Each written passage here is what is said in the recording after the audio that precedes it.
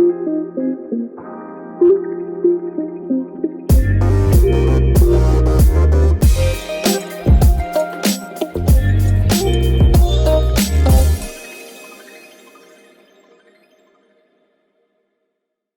alle sammen, velkommen til ny digital sofa. Dagens tema i dag er AI og alt som skjer det. Vi har med oss vår AI-ekspert fra Sverige, Martin, i dag. Og for å få denne her sansen til å bli mer forståelig for alle, så kommer vi til å switche over på engelsk.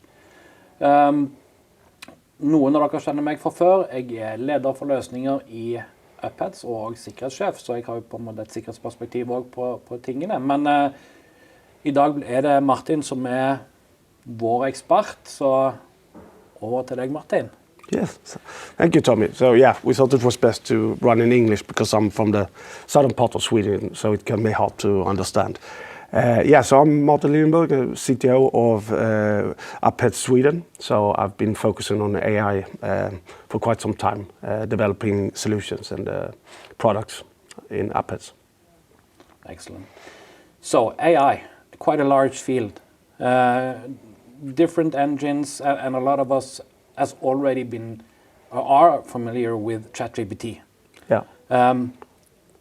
But that's only a small part of AI, isn't it? It is really, although so ChatGPT is an application that is using an engine, GPT 3.5 and now GPT 4.0. But it was really the first generative AI that set the fast evolution that we see now in AI usage, because that was the first engine of generative AI where you could produce results and talk to it almost like a human being and get pictures, texts and so on in a secure manner, because this is very important. The ChatGPT has made it possible for us to communicate with AI in a secure manner. Yeah, and I've been using ChatGPT for quite some time now, actually almost a year now since it was released. And what I have come across is that ChatGPT gives me answers with real confidence, even how wrong it is. Yeah. So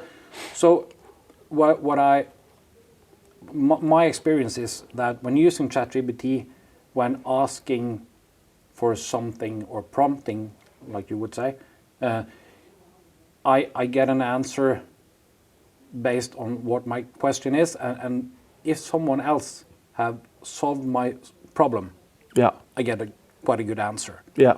But if the answer isn't out there, it starts guessing. Yes. Yeah. How is that going to be better, or could that be better? It could be better, but I mean it's trained on a really large amount of data. So the first engine was trained on a data set, GPT 3.5. 4.0 is larger, and the next version coming out is several times larger data set. So it has more knowledge about to be able to give correct answers. But also it's about how you ask the engine. Sometimes it's although it can feel like a human being, it's not. Some wording in what you ask it can mean different and give different results than you expect. So the field of prompting, which is the way of getting results or asking AI and communicate with AI, is very significant in getting quality answers. And the different engines, we have DALL-E, we have ChatGPT, or is ChatGPT an engine, or is it a service? No, it's an application based on an engine, which is GPT 4.0 now. Yeah. And we have Bard. There are so many engines, and they do different things. Yeah. So basically, you have loads of different players in this field. The OpenAI was is the producer of GPT 3.5, 4.0, and also Whistler, which is for voice, DALL-E for pictures and so on, and also ChatGPT.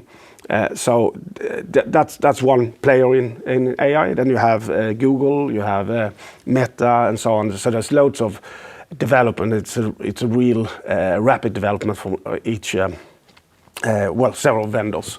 And there are purpose-built AI engines to do a specific task, or smaller data sets that maybe is just trained on a specific subject. So it keeps itself within that subject and it's better answering on that. There is for them pictures, voice, video, and so on. So there's large data sets, which is what you see in GPT 4.0 or ChatGPT, and there's smaller data sets, and then there's for math and so on. So there's different, and it's going to be loads of them that you both combine and use one for.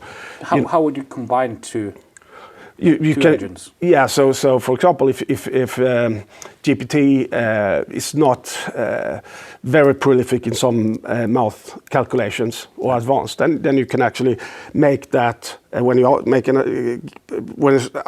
ask a question, you can make that go out and ask a plugin, which then communicates with a specialized math engine, for example.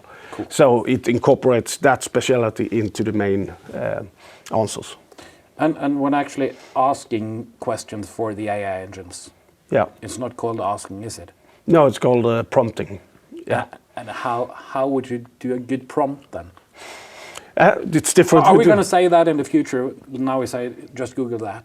Are we going to say just prompt that? Definitely, definitely. And we see this is going to be an absolute key knowledge, key knowledge for a knowledge worker to have that as a tool in their work to become more effective, produce better results. So there's already a job market for prompt engineers that can teach organizations and people how to prompt.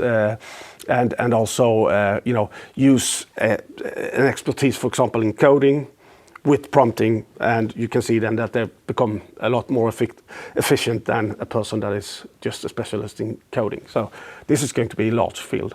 Yeah, and I've heard you talk earlier about actually have a prompt library. Yes.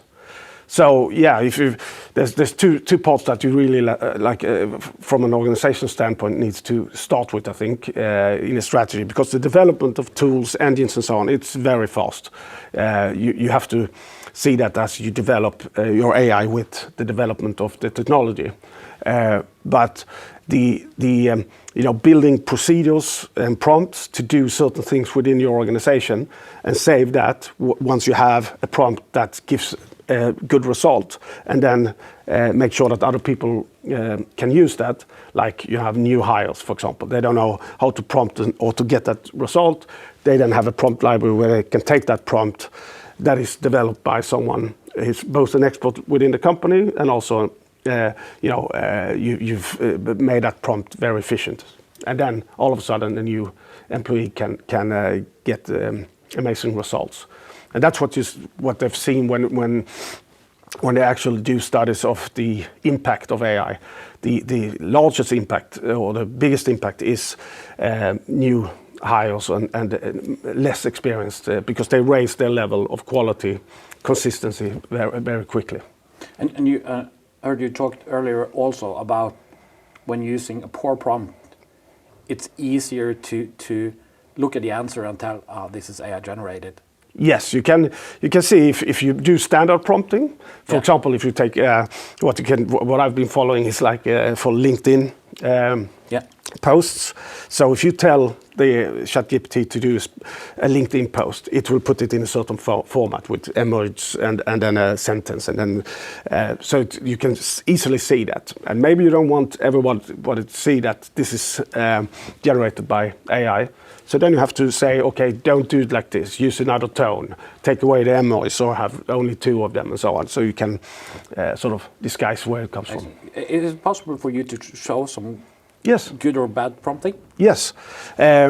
So I'll show prompting. It's not bad, but I'll show one example where you just tell the engine, like, I want to create a proposal for a product. In our case, we'll say Microsoft 365 Business Premium. So if you just put in that I want you to make a proposal for Microsoft 365 business premium for a customer, for example. The answer you're going to get is it's not bad, but it outlines the proposal, what it will cover. This is not really what you wanted. It gives you the layout of a proposal, what you should have in the description and so on, and give you some benefits and so on, but very short answer. So this is where many people stop. Okay, so I got these answers, I take that and do other things with this. But you can then continue, let's continue and make it larger and more information, and you can then sort of, build it and tailor it to your needs. But it's also, in this example, it will stop there, and then we'll say, I'm going to show an example where you actually, and this is two concepts that exist. So first of all, you have in ChatGPT, you have plugins that can do other things if you have the paid version. But you also have something that is called custom instructions. So that you can, and this you can do with all AI engines, where you actually say, with context do you work? What are you? So then we look at my context that I'm going to use here. I'm going to say that we're an IT company called WeSafe, which we were before. And what we do, we deliver services within Microsoft 365, etc. And I also add that my role is CTO and so on. So now I've told it that... You've given it a background story. A background story, yeah. So I tell that, and also you can tell it how I want it to respond. So I have another section that I'll add in that says, I want your answers to be long and detailed, and I like you to add your own opinions. I also would like to, if you have something that you can contribute to above what I've asked, do that. So you're telling it not only to listen to my instructions, but think about what it has out and if it has anything to add. So I'm not missing that.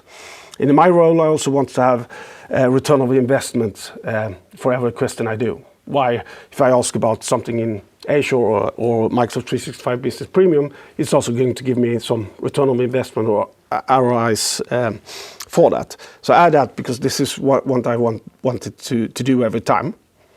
Put this in.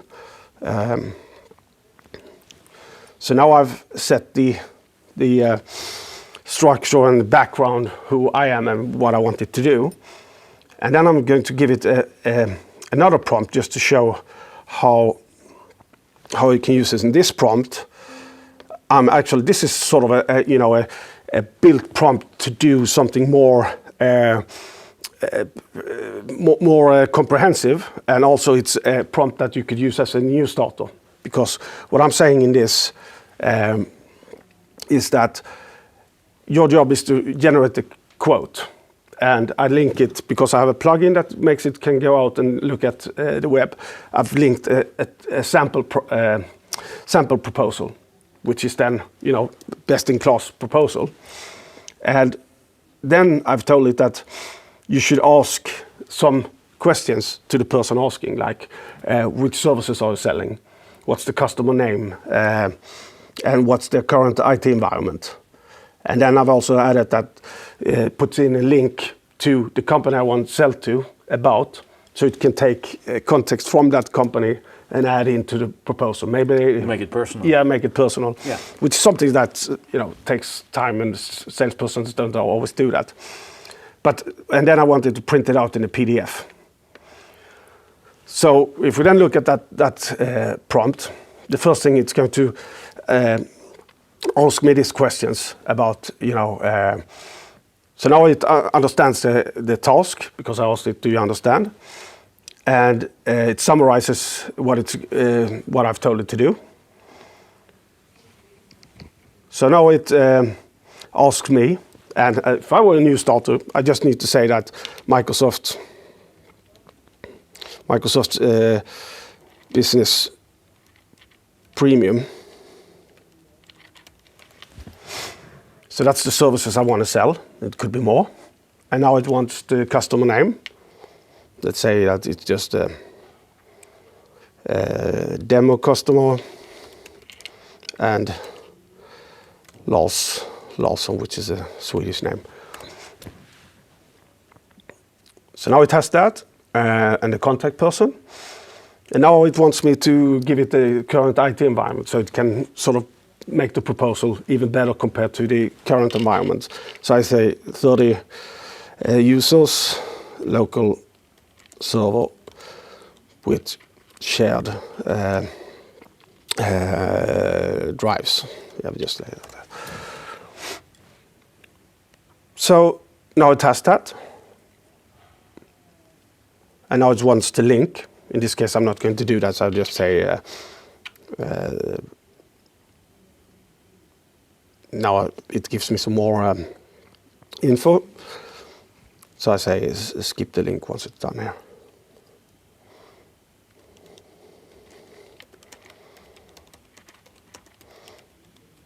So this is also prompting, like, you know, I want to break it at this. Yeah, so I tell it, I don't want you to do that step, but just complete the task that you have.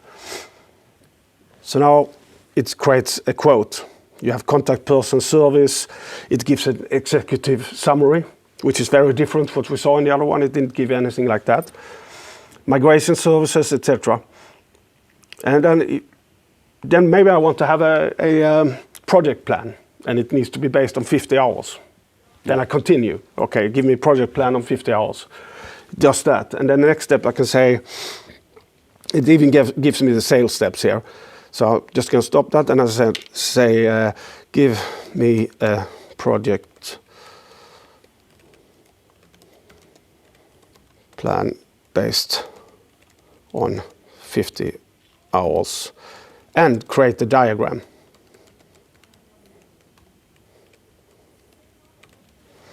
Because I have a plugin that does that. So now it creates a diagram, and it's going to divide based on its knowledge on how to implement Business Premium from this environment. It's going to give me initial phase and with the steps that you would have in a product plan. Cool. Yeah.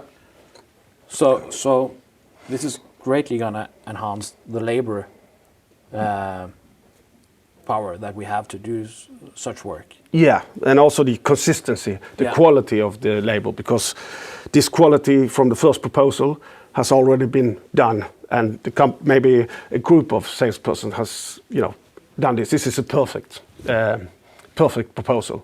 So now everyone can use that perfect proposal. How can you tell that it's going to be perfect? No, but it's going to be, at least it's worked. Well, I would actually use the ChatGPT engine to create the perfect proposal in the first hand and help me doing that. What is, you know, customer testimonials and you know, there is it will have knowledge on how to create the perfect proposal. Yeah. Excellent. So now you have shown from the easy stuff to the more extreme prompting. Yeah. From my perspective, at least. Yeah, absolutely. Yeah. And how effective it becomes when you do it like this. And that's why you need to educate people on.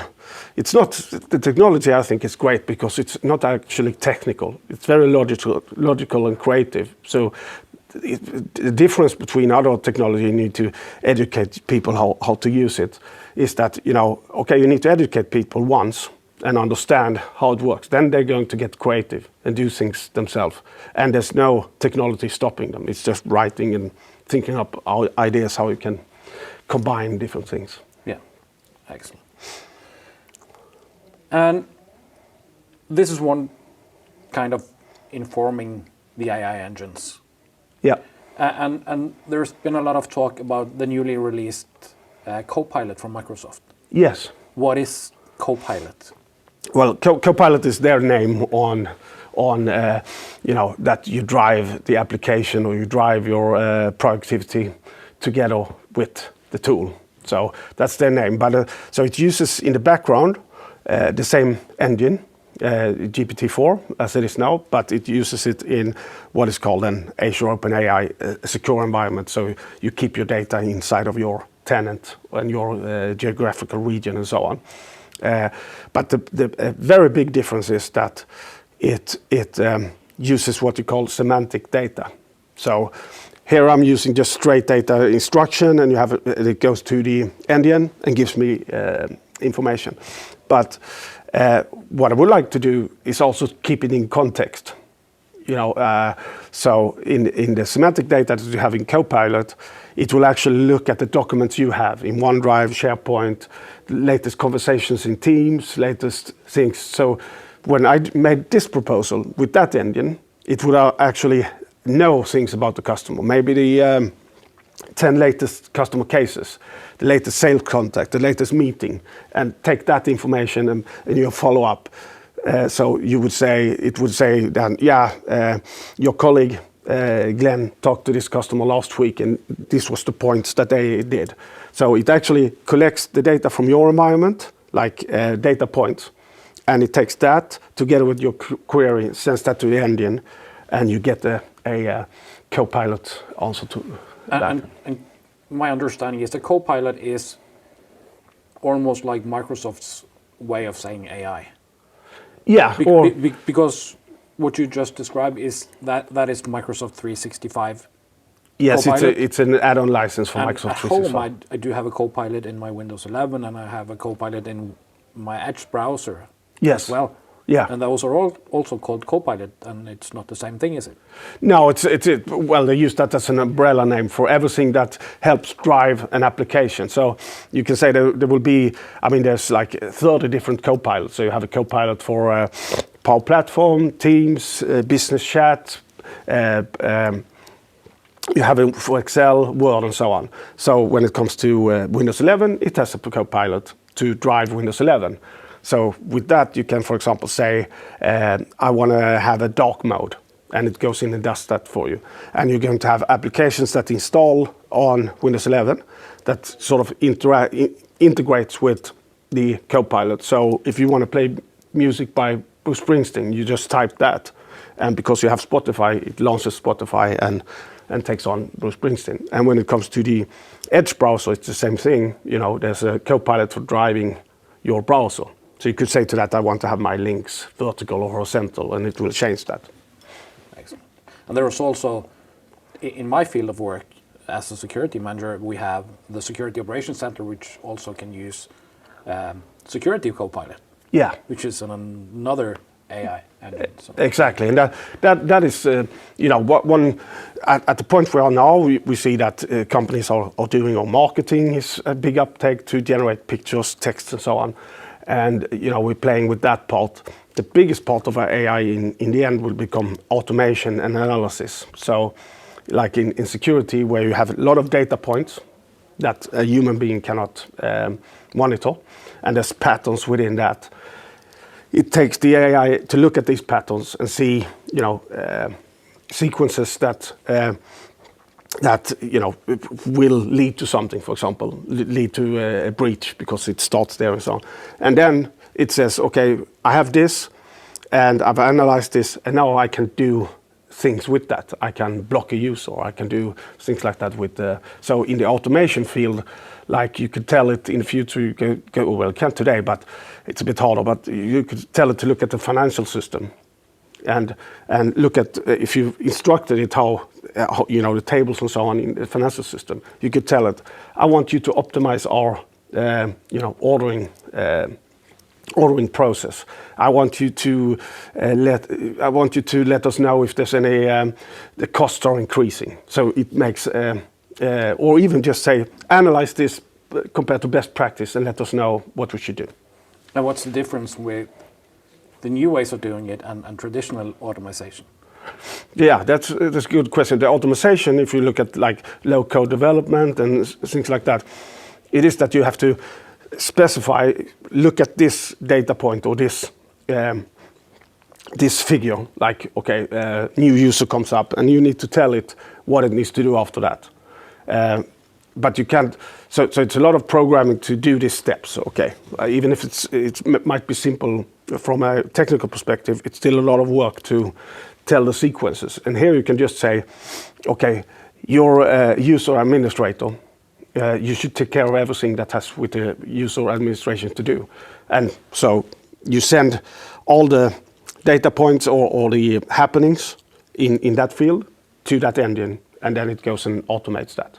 So it's a very different way of... Yeah, and I've actually read somewhere that I think it's 30% more effective programmers when using AI to generate code. Actually. And even I think one of the GitHub founders that uses that for coding, he claims that 80% of his code is written now by AI in his work. Cool. Yeah.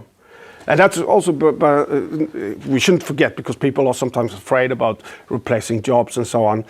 Now you will become more efficient, you'll be able to create more, but you still need to have the expertise to, you cannot put someone that is not a lawyer to produce legal text and send that and use that. Someone needs to verify, an expert needs to verify that this is valid and correct. And that's kind of a work where AI would greatly enhance the lawyer. Yes. Because humans can only, process 2 or 3 thoughts at a time or something, and the AI could take thousands.